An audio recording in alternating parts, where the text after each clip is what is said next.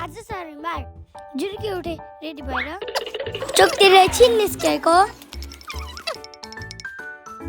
भाइ पनि जाने भन्न थाल्यो। अनि भाइ र म चुई हिँड्दै गएको अनि यताउति हेर्दै जाँदै थियौँ। सुई जाँदै थियौँ। यसो हेरेको भक्का खानु मन लाग्यो। अनि भक्कावाला आन्टीलाई भक्का दिन्न आन्टी भने। अनि भक्का पनि टक्क रेडी रहेछ। अनि चट्ट भक्का पनि दिनुभयो। अनि मैले मिठो गरी खाएँ। बाबा र भाइले पनि खानुभयो। अनि म चाहिँ गफ हान्दै खान थालेँ। भक्का बनाएको देखेर कस्तो मजा आयो।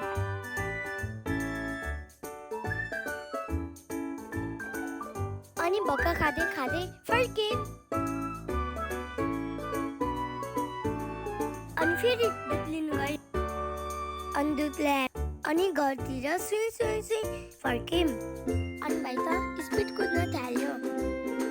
Thanks for watching our video. See you soon. Like, share, subscribe to my channel.